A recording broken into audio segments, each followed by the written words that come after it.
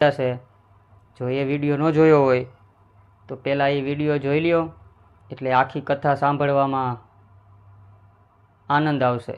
કઈ રીતે એને શ્રાપ મળે છે અને ઋષિ શું કામ શ્રાપ આપે છે અને પહેલાં કોણ હોય છે અને ઋષિ પાસે શું કામ આવે છે, એ બધી કથા પહેલા ભાગમાં છે. જો એક ભાગમાં કથા બનાવે તો વિડીયો બહુ લાંબો થઈ જાય અને અત્યારે લાંબો વિડીયો કોઈ જોતું નથી, એટલા માટે આ ભેરવા રાક્ષસની કથા 2 ભાગમાં બનાવેલ છે. આ બીજા ભાગમાં કઈ રીતે રામાપીર ભેરવાને ભંડારે છે, એનો ઉદ્ધાર કરે છે અને ગુરુ બાળીનાથને ગુરુ બનાવે છે અને ત્યાં રણુજા શેર વસાવે છે. આ કથામાં મહારાજ અજમલ રાજાના દરબારમાં દરરોજ ફરિયાદો હવે આવવા લાગી આ ભેરવા રાક્ષસની, રંજાડની. કોઈ કહે ભેરવો રાક્ષસ અમારી ગાય ઉપાડી ગયો, અને કોઈ કહે અમારી ભેંસ ને બકરી ઉપાડી ગયો. આવી રોજ ફરિયાદો હવે મહારાજ પાસે આવવા માંડી અને આ બધી ફરિયાદો સાંભળીને હવે અજમલ રાજા પરેશાન થવા લાગ્યા. પછી અજમલ રાજા બધા લોકોને કહેવા લાગ્યા તમારે જંગલ તરફ ન જવું, એવી રીતના સમજાવે છે અને આશ્વાસન પણ આપે છે કે હવે ભેરવાનો અત્યાચારની હદ હવે આવી ગઈ છે, એટલે મને લાગે છે કે હવે એનો અંત નજીકમાં છે. રામદેવજી મહારાજ હવે 16 વર્ષના થઈ ગયા છે. એમણે વિચાર્યું કે હવે ભેરવા રાક્ષસનો સમય પાકી ગયો છે. તેના જોર જુલમથી પ્રજાનો ત્રાહિમામ પોકારી ઉઠ્યા. તેને ભંડારવાનો અને એને મુક્તિ દેવાનો સમય આવી ગયો છે, એટલે પ્રજાને થોડીક રાહત મળે. એક દિવસ વિરમદેવજી અને રામદેવ 2 ભાઈઓ પોતપોતાની ટીમ કરીને ગેદી દડે રમવા વહી જાય છે. રમતા હતા ત્યાંથી ભેરવા રાક્ષસવાળું જંગલ તો ઘણું દૂર હતું, પણ ત્યાં જવા માટે રામદેવજી મહારાજે આજે રમતનું આ આયોજન કર્યું હતું. એટલે રામદેવજી ભગવાન 2 ટોળીઓના સાથીદારોને સંબોધીને કીધું કે આપણે આજ રમતમાં ઘણા દૂર આવી ગયા છીએ. જુઓ આ બાજુના જંગલમાં ભેરવો રાક્ષસ રહે છે, એટલે કોઈએ પણ દડાને એટલા જોરથી ન ફટકારવો કે દડો જંગલની અંદર વયો જાય. આ શરતનું પાલન દરેકે કરવાનું છે અને જેની ગેડીનો દડો જંગલમાં જશે તેણે જંગલમાંથી દડાને લાવીને આપવાનો છે. આવી આકરી શરત સાંભળીને બધાય સાવધાન થઈને રમવા માંડ્યા. ક્યાંક દડો જંગલમાં જતો રહીએ તો જંગલમાં જવું પડશે. રામદેવજીનો દાવો લેવામાં વારો આવ્યો, એટલે જાણી જોઈને દડાને એવો ફટકાર્યો ને કે દડો સીધો જંગલમાં ઘૂસી ગયો. હવે અંદર જવાનું કંઈક બહારનું તો જોઈને, એટલે બંને ટોળીના સાથીદારો રામદેવજીને કહેવા લાગ્યા કે તમારી શરતનું તમારે જ પાલન કરવું નથી તો અમને કહેતા હતા, એટલે હવે તમે જંગલમાં જઈને દડો લઈને આવો. શરત તમે કરી દીધી તો હવે તમારે પાલન કર્યું નહીં, એટલે હવે તમારે લેવા જવો પડશે. એટલે રામદેવજી મહારાજ તો કહેવા લાગ્યા ભાઈઓ આ ભયાનક જંગલમાં ભેરવો રાક્ષસ રહે છે અને પાછી હાંજ પડવા આવી છે. હમણાં જ કાળું ડિબાંગ અંધારું થઈ જાય, છતાંય હું શરત પ્રમાણે દડો લેવા જાઉં છું, પણ તમે કોઈ આ જંગલની અંદર આવતા નહીં. મારી રાહ જોઈને અહીં જ ઊભા રહેજો. અને જાતા જાતા કહેતા ગયા કે મને આવવામાં મોડું થઈ જાય તો મારી રાહ ન જોતા તમે બધાય હવના ઘેર વયા જાજો. એટલે રામદેવજી બાપા દડો લેવા જંગલમાં જાય અને બંને ટોળીઓ સાથીદારો અને વિરમદેવજી રાહ જોતા ઊભા રહીએ છે. ત્યાં આમ ને આમ રાત પડી જાય છે. ચારે તરફ અંધારું પથરાઈ ગયું. વિરમદેવજીએ બધાય સાથીને કીધું કે અહીં રાહ જોઈને ઊભું રહેવાનો કાંઈ અર્થ નથી, હાલો આપણે આપણા ગામ ભેગા થઈ જાય. બધા થાક્યા હતા, ભૂખ્યા હતા અને પાછા ડરતા હતા. વિરમદેવજીનો આદેશ મળતા બધા એકબીજાના હાથ પકડીને ગામ બાજુ રવાના થઈ ગયા. આ બાજુ રાત થઈ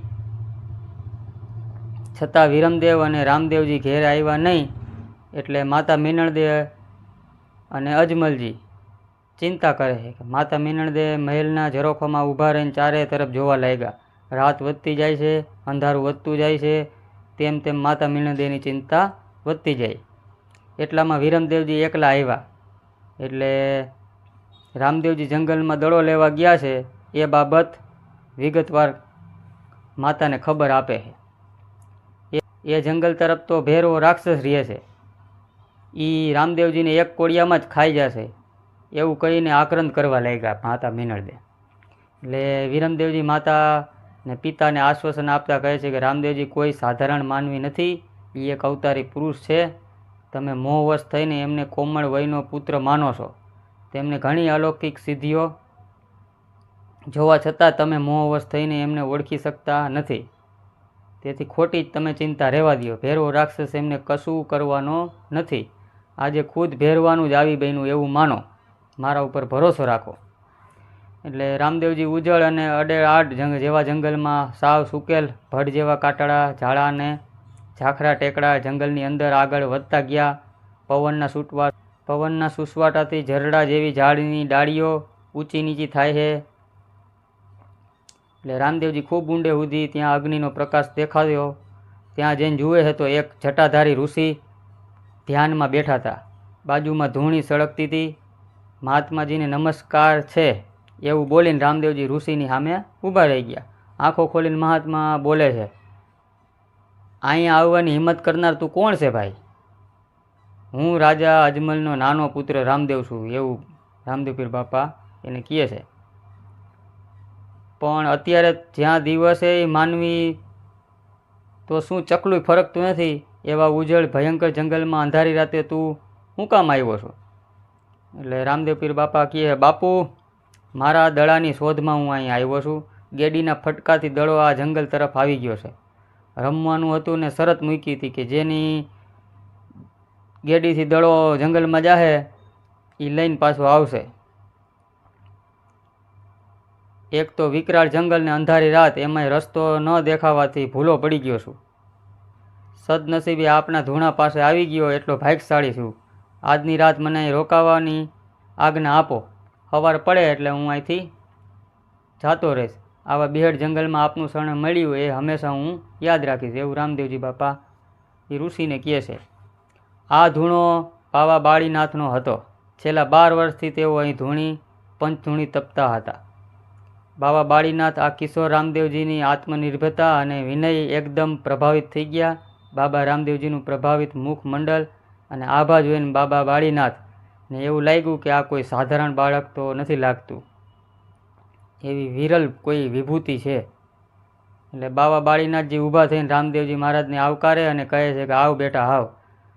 તારો અને તારા શબ્દોના પ્રભાવથી હું ખૂબ જ પ્રસન્ન થઈ ગયો. આ વિકરાળ અને વેરાન ડાકણ ડાચું ફાટીને બેઠી હોય એવા ઉજળ અને અટટાડ વનમાં હું એકલો ભેરવા રાક્ષસ બે જ રહીએ છીએ. એટલે બાબા બાળીનાથ એમ કહે છે કે આ જંગલમાં એક હું અને એક ભેરવો રાક્ષસ બે જ રહી છે, બીજું કોઈ અહીંયા ફરકતું નથી. અને જો જેટલા જંગલમાં પ્રાણીઓ અને જનાવરો હતા એને ભેરવાય ફાડીને ખાઈ ગયો. માણસ જાત તો થોડા દિવસે અહીંયા ફરકતી નથી. અરે આજુબાજુના 12 ગામના ઘેરામાંથી જીવ લઈને બધાય ભાગી ગયા છે આ ભેરવા રાક્ષસની ત્રાસથી.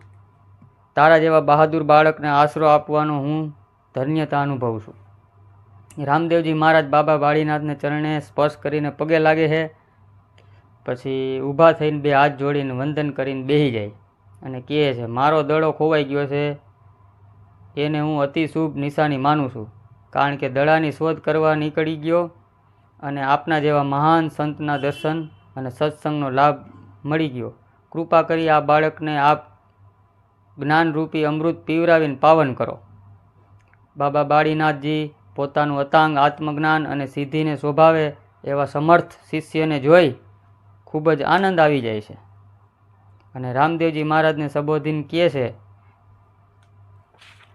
તેજસ્વી બાળક, તું પોતે જ સ્વયં જ્ઞાની જોવામાં આવે છે, તારે વળી ગુરુ ધારણ કરવાની શું જરૂર છે?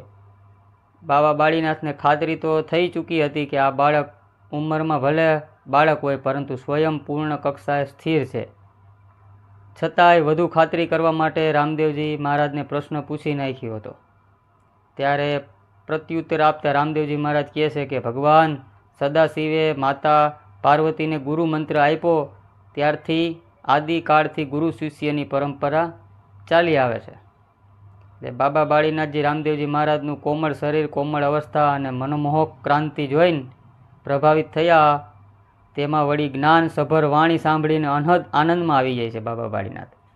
અને ગુરુ મહિમા વર્ણવતા કહે છે કે ભગવાન સદાશિવે માતા પાર્વતીને ગુરુ મંત્ર આપ્યો ત્યારથી આદિકાળથી ગુરુ શિષ્યની પરંપરા હાલી આવે છે.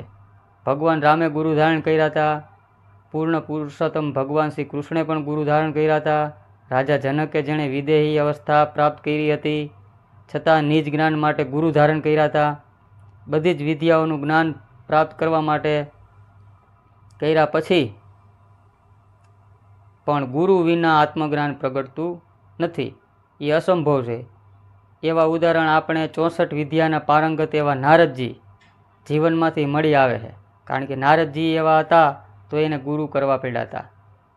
નારદજી તો ચારે વેદના જાણકાર હતા. ઇતિહાસ, પુરાણો, પિતૃકર્મ અને વેદોના વેદ વ્યાકરણના જાણકાર હતા. ઉપરાંત ગણિત શાસ્ત્ર, તર્કશાસ્ત્ર, નીતિશાસ્ત્ર, ભક્તિશાસ્ત્ર, જ્યોતિષશાસ્ત્ર, ભાગ્ય વિજ્ઞાન, વિધિ જ્ઞાન, ધનુર્વિદ્યા, 5 તત્વોની વિદ્યા, ગીત, સંગીત અને નૃત્ય વિદ્યાના પારંગત હતા. છતાંય આત્મજ્ઞાન માટે એક માછીમારને ગુરુ કર્યા હતા.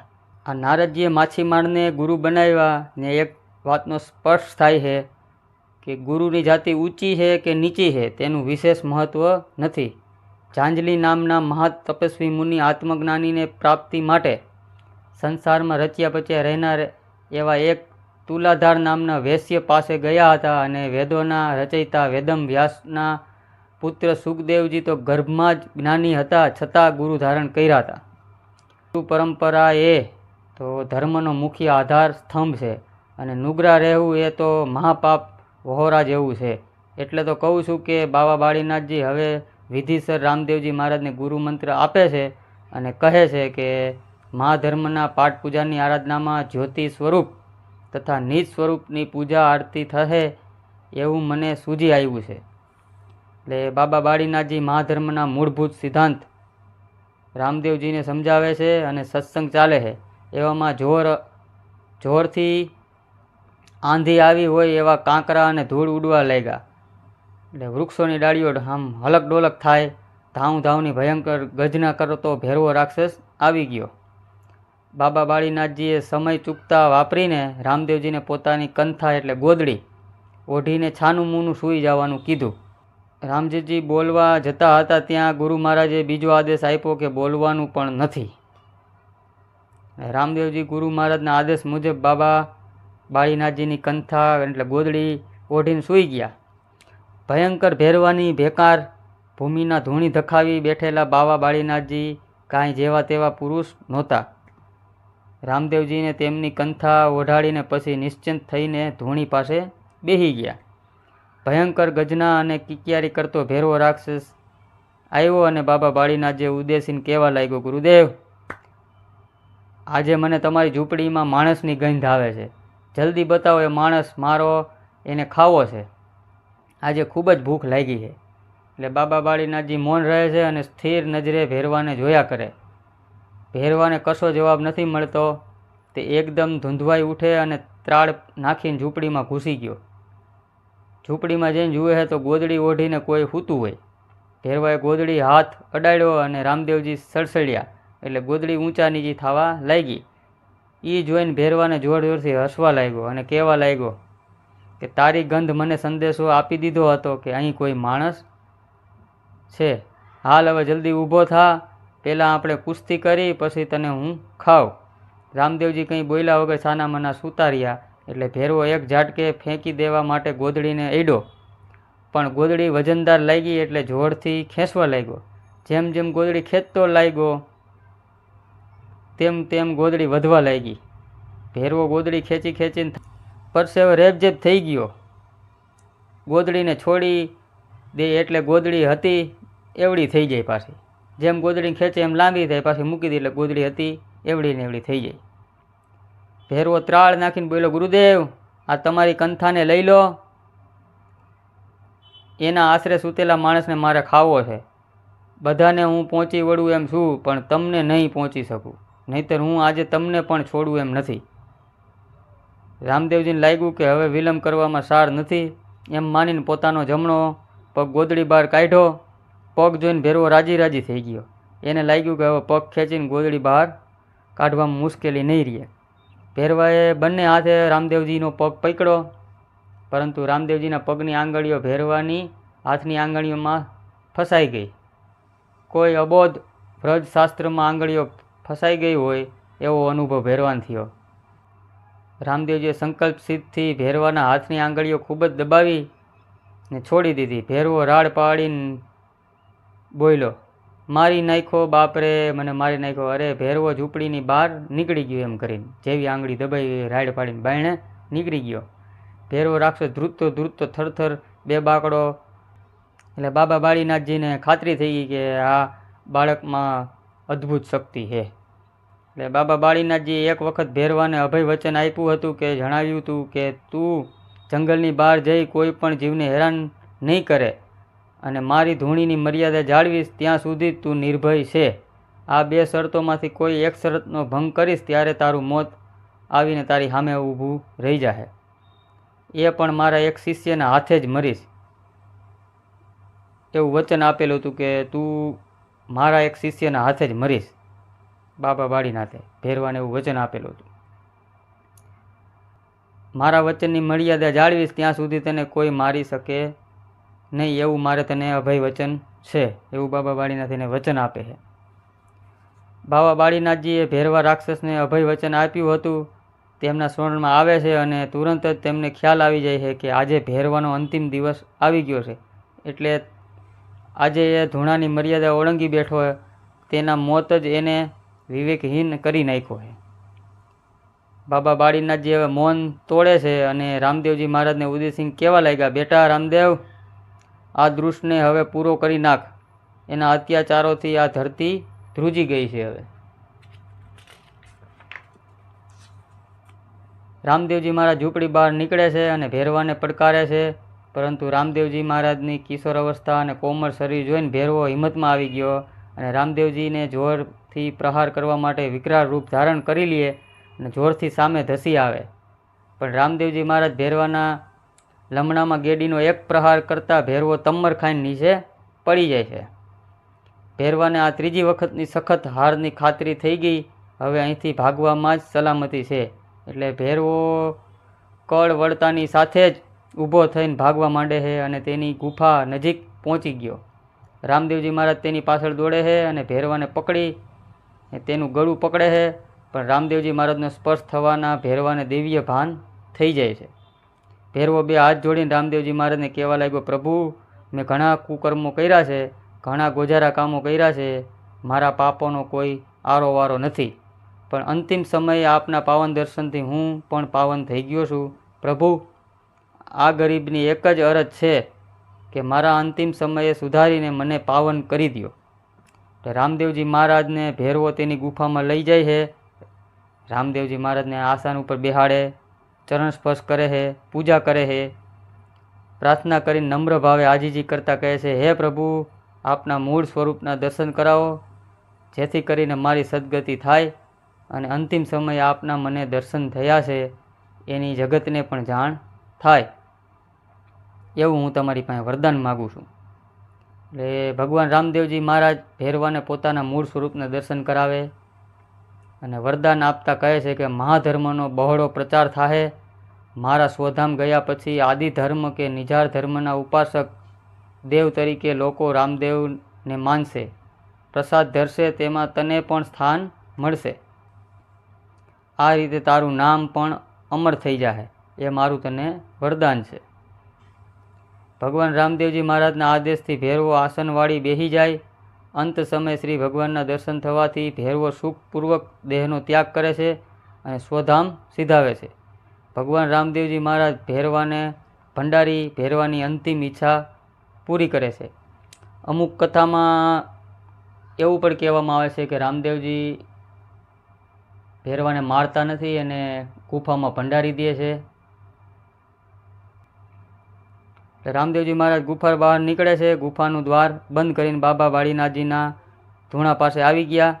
બાબા બાળીનાથને પાય વંદન કરીને કહે છે, ગુરુદેવ, આપની આગળ પ્રમાણે કામ મેં પૂરું થઈ ગયું છે. ભેરવા રાક્ષસનો હવે કાયમ માટે ભય ટળી ગયો છે. હવે આપની શી આજ્ઞા છે મને કયો. એટલે બાબા બાળીનાથજી બંને હાથે રામદેવજી મહારાજની પીઠ થાબડી આશીર્વાદ આપતા કહે છે કે તમે ભેરવાને ભંડારી દીધો છે, તેથી હું ચિંતામુક્ત થઈ ગયો છું અને આજુબાજુની પ્રજા ભયમુક્ત થઈ. ભેરવાની બીકના લીધે અહીં 12 ગામનો વિસ્તાર હાવ ઉજળ થઈ ગયો હતો. આ વિસ્તારમાં કેટલાક પશુઓ અને કેટલાક માનીઓને ભેરવો ભરખી ગયો છે, તેનો કોઈ હિસાબ નથી. એ બધાના પ્રેતાત્માના આક્રંદથી આ ધરતી થરથર ધ્રુજી ઉઠી છે. આ ગોજારી બનેલી ભૂમિને ફરીને પવિત્ર બનાવવાનું કામ તમારે કરવાનું છે. આ ઠેકાણે આ વેરાન વગડાને બદલી તીર્થધામ બને એવું પવિત્ર ગામ વસાવો એવી મારી ઈચ્છા છે, અને એના માટે મારા આશીર્વાદ પણ તમારી સાથે છે. ગુરુ મહારાજ આપના આશીર્વાદ છે એટલે જરૂર આ જગ્યાએ નગરનું નિર્માણ થશે. રામદેવજી મહારાજ આટલું કહી અને બાબા બાળીનાથની રજા લઈને ઘેરે આવે છે. અહીં રાજમહેલમાં રોકડોડ કાળો કકડાટ થઈ રહ્યો હતો. રામદેવજીને જોઈને બધા આનંદમાં આવી ગયા. રામદેવજીને શોધવા માટે સૈનિકો સાથે વિરમદેવજીને મોકલ્યા હતા, તેઓ પણ આવી ગયા. એટલે રામદેવજીએ ભેરવાને ભંડાર્યો અને બાબા બાળીનાથની ધૂણીને રાત વિતાવી એ સમાચાર બાબાએ બધાને આપે છે કે મેં રાત આખી બાબા બાળીનાથના ધૂણે વિતાવી છે. મેં તો માતા મીનળદેને કહ્યું જ હતું કે રામદેવજીને કાંઈ થવાનું નથી, પણ આજે ભેરવાનું આવી બન્યું છે એવું મેં તો કીધું હતું, અને મારું વચન આ સાચું થયું. આમ કહીને વિરમદેવજી માતા મીનળદેને કહેવા લાગ્યા કે તમે ખોટી ચિંતા અને અમને આખી રાત વગડામાં ભટકાવ્યા. ભેરવાના ત્રાસથી પ્રજા મુક્ત બની તેમના માનમાં રાજા અજમલજીએ શહેરમાં મીઠાઈ વેચાવી, સાધુ બ્રાહ્મણોને દાન દક્ષિણા આપી અને આનંદ ઉત્સવ મનાવ્યો. રામદેવજી મહારાજે ભેરવાને ભોમાં ભંડારી દીધો છે, તેથી આજુબાજુના વિસ્તારના લોકો ભેરવાના ત્રાસથી મુક્ત થાય છે અને તેઓ રાહતની લાગણી અનુભવે છે. રામદેવજીએ કુમળી વયે આવું ચમત્કારી કામ કર્યું, તેથી ગામડાની જનતા રામદેવજીને દેવી પુરુષ માનવા લાગ્યા અને રામદેવજીના દર્શને આવવા લાગ્યા. એક સમયે રામદેવજી મહારાજ પિતા અજમલજીને કહે છે કે આપણા ગુરુ મહારાજ બાબા બાળીનાથના પ્રતાપથી ભેરવા રાક્ષસનો અંત આવી ગયો, પરંતુ એમની આજ્ઞાનું પાલન થયું નથી. અસંખ્ય જીવોની હિંસાથી ગોજારી બનેલી એ વેરાન ધરતીનું પૂજન કરી ત્યાં એક ગામ વસાવવાની ગુરુ મહારાજે આજ્ઞા મને આપી હતી. અજમલજી આ સાંભળીને ખૂબ જ પ્રસન્ન થાય છે અને કહે છે કે રામદેવ, ગુરુ મહારાજની આજ્ઞાનું અવશ્ય પાલન કરીએ. મને એવો ભરોસો છે કે તમારો જન્મ એવા અલૌકિક કાર્યો કરવા માટે જ થયો છે. સારું મુહૂર્ત જોઈને એ ભૂમિની પૂજા કરી અને ગામ થોડા સમયમાં જ એ વેરાન જન શૂન્ય સ્થળ માનવ સમૂહના કલરવથી ગુંજી ઉઠ્યું. પ્રજાની સગવડતા સુવિધાઓ માટે તળાવ વાવો ગળાવી રામદેવજી લોકોના પ્રિય પાત્ર બની ગયા. દરરોજ રામદેવજીના દર્શન કરવા માટે લોકો આવવા માંડ્યા. આવનાર અતિથિઓની આગતા સ્વાગતા થવા લાગી. રામદેવજી મહારાજ ઊંચ નીચનો ભેદ રાખ્યા સિવાય સમાન ભાવે લોકોને આવકારતા, તેથી લોકો રામદેવજીને એક અવતારી પુરુષ માનવા લાગ્યા. ગુરુ બાવા બાળીનાથના સ્થાનનો પણ જીર્ણોદ્ધાર કર્યો અને જ્યારે વખત મળે ત્યારે રામદેવજી મહારાજ ગુરુ મહારાજના દર્શન કરવા માટે જવા લાગ્યા. રાજ પરિવાર પણ સમયે બાબા બાળીનાથના દર્શને જતા. આ રીતે ગુરુનો મહિમા જાળવવાની ઉજવણી પ્રમાણિકા જોઈને ગુરુદેવ ખૂબ જ પ્રસન્ન રહેવા લાગ્યા. ભગવાન રામદેવજી મહારાજે પોકરણ વસાવ્યા પછી ગુરુ બાળીનાથના સ્થાનનું પોકરણ નજીક જીર્ણોદ્ધાર કરાવ્યો. ગુરુના આદેશથી પોકરણથી 12 કિલોમીટર દૂર રણુજા વસાવ્યું અને રણુજા વસાવ્યા પછી રામદેવજી મહારાજ અંતિમ સમય સુધી રણુજામાં જ રહ્યા હતા.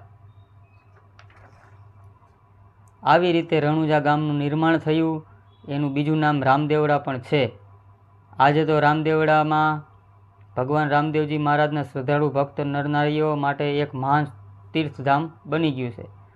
લાખો નહીં બલકે કરોડો લોકોની ત્યાંથી પ્રેરણા મળતી રહે છે, શ્રદ્ધાથી સ્મરણ કરે છે. તેને આજે પણ ભગવાન રામદેવજી પીર હાજરા હજુર છે. તેના તનના દુઃખ હરે છે, મનના સંતાપ હરે છે અને જન્મને સફળ કરે છે. ભગવાન રામદેવજી મહારાજ હાજરા હજુર છે જો તમારે જીવનમાં પ્રેરણા મેળવવાની અમધ્ય ઈચ્છા હોય તો ભગવાન રામાપીરની મૂર્તિ કે છબીની સામે ગુગળનો ધૂપ કરી અંતરના ઊંડાણથી પ્રાર્થના કરો. થોડા સમયમાં તમને પ્રેરણા મળવાનો અનુભવ થાહે. શુભ મનોરથની સફળતા અંગે ગેબી સહાયનો અનુભવ થાહે. બોલો રામા પીરની જય. સદગુરુ મહારાજની જય.